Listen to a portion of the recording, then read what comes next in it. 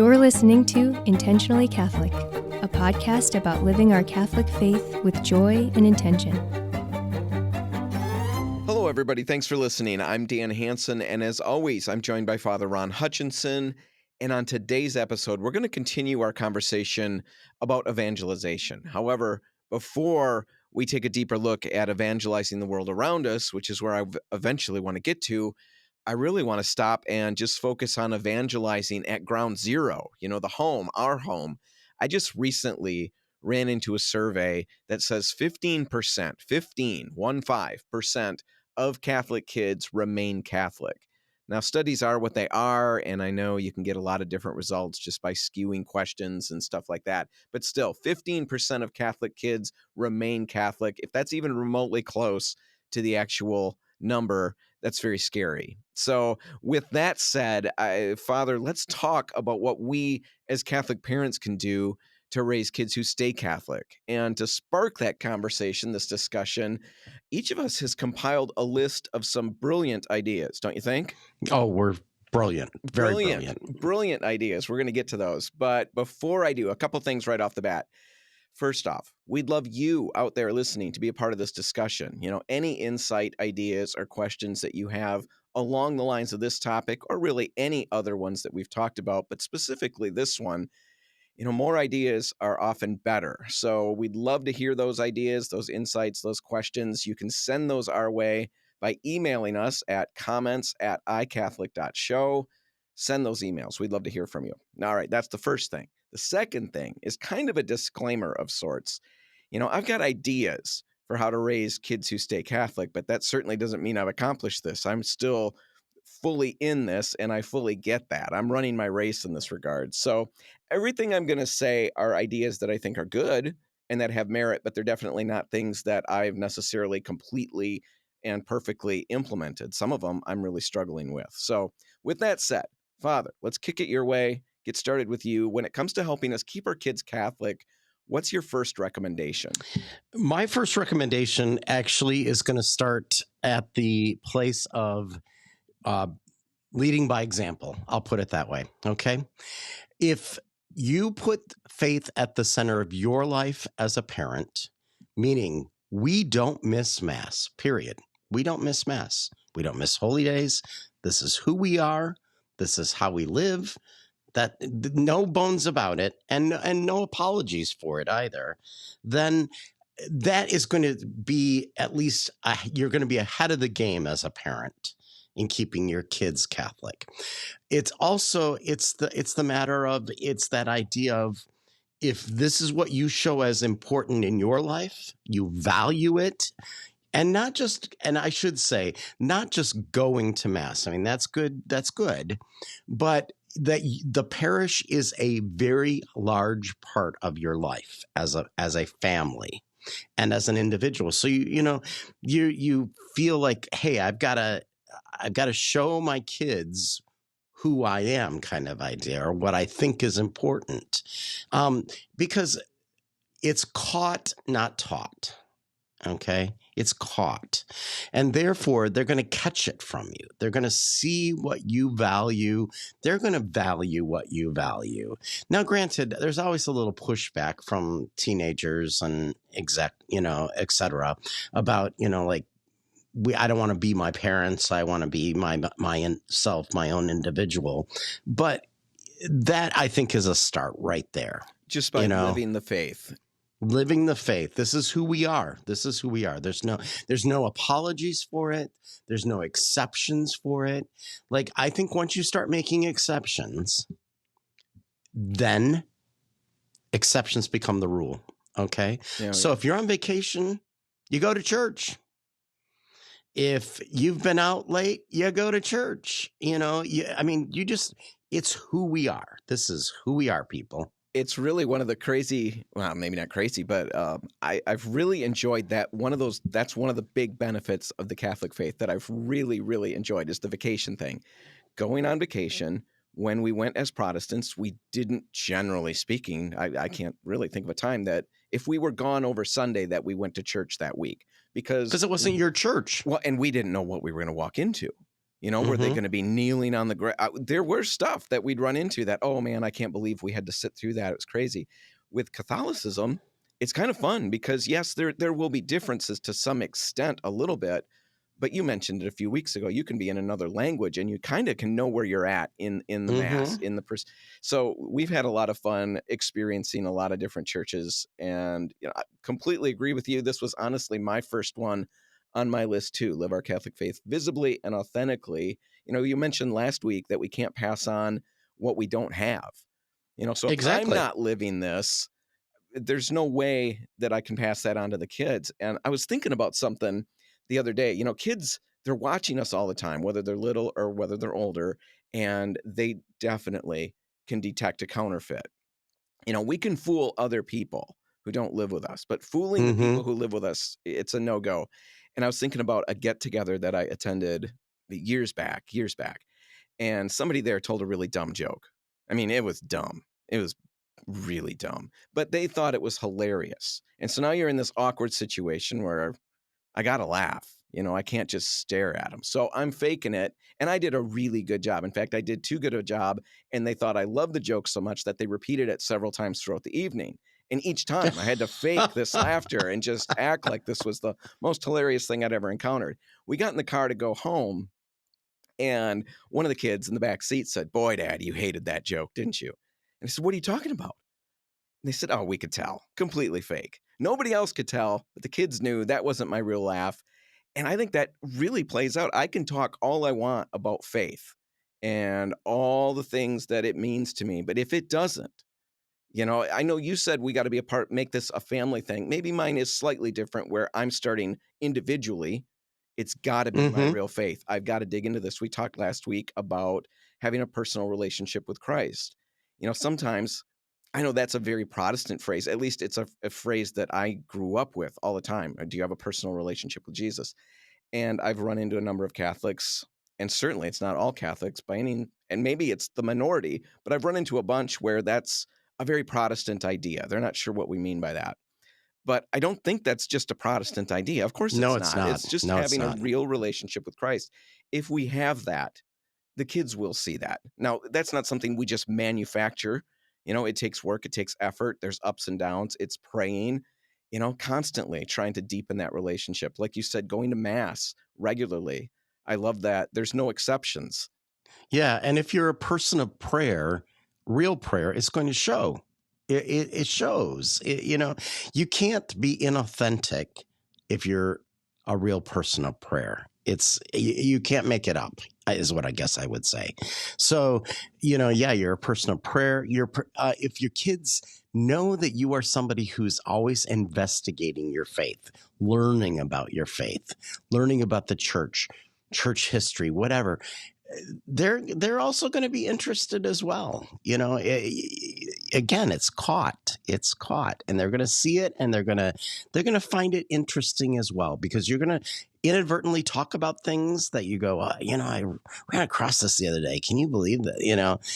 That kind of thing. So I think that you learn history about individuals, you learn history about the church, you learn theology, I think all sorts of things, and kids pick up on it. Well, and I think you learn all of those things, but even, at the core, why am I genuflecting at this moment? I've been in plenty of churches where, when I was just starting this process, we'd walk in and there's no tabernacle in, it's often a chapel, and we're all genuflecting towards the front, towards the altar, but there's no Mm-hmm. tabernacle there. Mm-hmm. And I'm doing it too, because hey, that's what we're doing.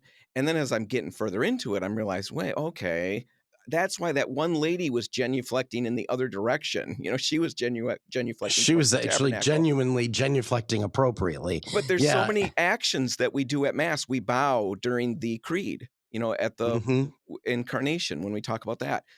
If we dig into why we're doing these rote, it feels sometimes like rote actions. And it could be if we don't have any knowledge of them. But if we do, now that's another thing that we can explain to the kids. And when they see, there's so much beauty in just the body language of Mm-hmm. Mass and what Yeah. that means. And once they catch that, I think that really does keep people wanting to stay in a faith because they see what they would be missing would they leave it. And it's not the actions that they're missing, it's the fact that we're genuflecting towards Jesus, who's really Mm-hmm. here. And once we get that, I mean, who wants to walk away from that if you understand it? Exactly.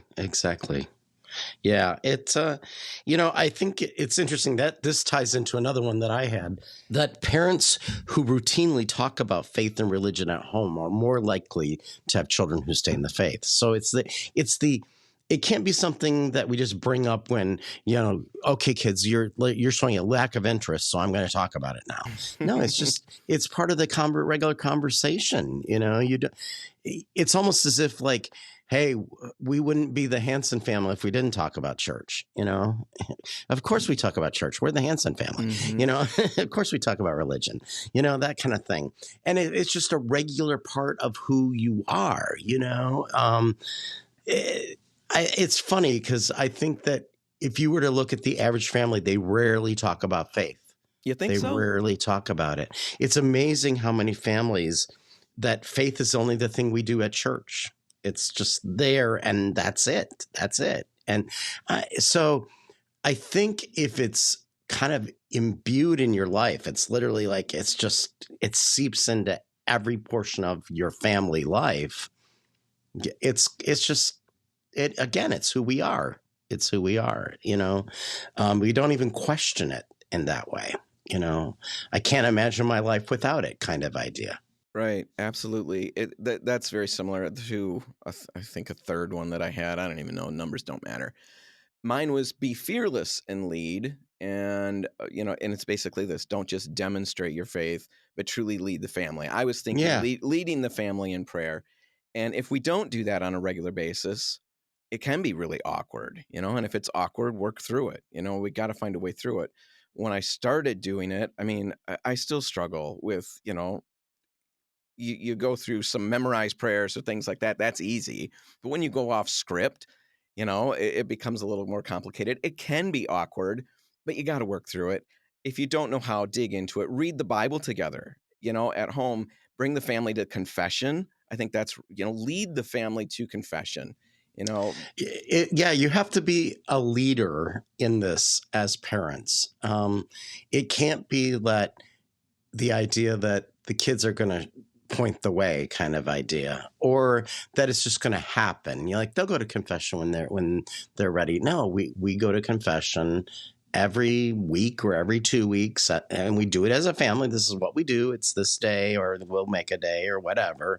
But yeah, you have to decide to be the head of the house, or the two people who are in the heads of the home together as a couple, and say, where we are helping our kids to be who they're called to be. It doesn't, again, it's not going to just happen. You have to make it happen. Right. And so, yeah, I agree with you. It's really about being the person that they say, oh, yeah, you really do think this is important. Trust me, if you as a father make it clear that education is important, because you're constantly educating yourself, taking classes or reading, literature that's not the stuff it's not junk literature, it's real literature. Sure. They're going to get this education's important. If you say to them, yeah, the grades you get matter to me, they matter to me. I care what you do at school. Trust me, they'll get it. They get it. So it's the same with faith. If you're showing that this is a huge part of how you live and who you are, they're gonna take it on. Now, for me, I added the be fearless part because for me, it's a struggle. I know that we're all busy. I'm sitting at the table. I know that everybody's got a bazillion things they've got to do after dinner. We've got dishes to do. We've got 5 kids. So, man, every meal is like a marathon when it comes to I don't have a dishwasher. I guess I could say I've got 5 or 6 of us. But man, what a lot of work. And then there's dogs that need walking. There's homework that kids need to do. And everybody wants to have a little bit of fun afterwards, before we go to bed. And for me to stop us and say, okay, let's get the Bible out. I can feel the room deflate just slightly because they're not sure how long Dad's going to go on. And so it's very tough to do that. And I got to just power my way through that. I've got to lead because this is my vocation. This is what I'm called to do. You've got your vocation that involves a whole bunch of responsibilities. My main thing is I've got to do everything I can to get my kids to heaven. And yeah, that could be doing stuff. I don't have to go on and on for 20, 30, 40 minutes with the Bible, 10 minutes just reading through. But like you said, demonstrating that the Bible's important. When I came to the Catholic Church, my mom was not a big fan, still isn't. And she's got reason. My dad was raised Catholic and didn't read the Bible. When I started this, Dad literally talked to me and told me, the Catholic Church really doesn't believe that's Jesus in the Eucharist, Dan. It's just a symbol. We're all believing the same thing. So Dad didn't know anything, and that's what Mom thinks Catholics generally are. She doesn't have a great experience talking to Catholics who read the Bible and do all these things. And I don't know how most Catholics handle that. We're struggling to find our way because we come from a Protestant background where the Bible was like the thing. That's how we got all of our answers. Now I'm shifting with, the church and all of that, but still going back to the Bible. But that doesn't mean the kids just thrill to the gills when I pull it out. And so what I found is it's easier to just not.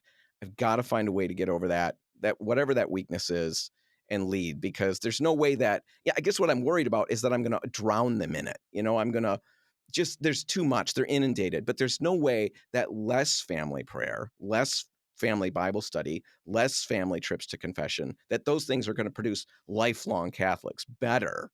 Than actually doing those things. So I've got to find a way. Yeah, there's balance. There's always balance. And you don't want to pull out the Bible every night, maybe, but it's just, I think it's part, if it becomes part of a so to speak routine, but yeah, it's hard. I think as parents, we definitely, or even as adults, we always take our cues from their reactions. Well, you know what? They're also kids. They're teenagers. That's going to be their reaction. Are they going to roll their eyes? Yeah, they're going to roll their eyes, but it's funny. We'll never know the impact that they talk about with others later on in their life about how great those things were, because they're never going to tell you they were great. Right. They're never going to tell you. They may, but most likely not. Every now and then you get this fun inkling. I've got one of my kids. She's just super quiet. She's hilarious when, get to know her, but she's not, she's very introverted. She doesn't want to throw herself in front of people. And she's very quiet, I would say, about her faith. It's her faith. And it's just, I always wonder what's going on in her head, and you ask her questions, but she doesn't like those uncomfortable conversations, and so you wonder, you pray and you give it to God and you just try to do your best. And every indication says that, she goes to church, never with a word of, never a complaint, so all my indications are good. Well, anyway, a couple of weeks ago, she's got something at school. I can't remember what it was, but I get the text, Dad, can you pray for me? I need all. And then she gives me this little scoop and I realize, oh yeah, that's her first go-to. Her first go-to is to seek prayer on this. She knows she needs prayer for this. It's all sitting in there. She doesn't have to be completely overt about it. But yeah, they will learn it. They will pick it up and they will embrace it. The best chance we've got for them to do all of that is for us to demonstrate and to lead. And speaking of leading, I think I'm going to take the lead right here and push pause on this conversation. There's a lot more to cover, a lot more that I've got in my notes, a lot more that I know you probably have in yours. But I really think rather than make a great big long episode, let's cut it right here. The stuff we've covered is really worth taking some time and processing. And then next week, we're going to pick it up right where we left off. 15% of Catholic kids stay Catholic as they get older. That's pretty eye-opening. That's pretty disheartening. Let's take action. Let's pray, and let's think about what we can do as parents, as grandparents, to make sure our kids and grandkids aren't among those statistics. All right. If you've got comments, questions, disagreements, ideas, anything, send all of that to comments@icatholic.show. For Intentionally Catholic, I'm Dan Hansen. I'm Father Ron Hutchinson. God bless. Thanks for listening to Intentionally Catholic. If you like what you heard, please consider sharing our show with a friend. If you have comments, questions, or topics you'd like to hear discussed, please email those to comments@icatholic.show, and be sure to tune in next time for another episode.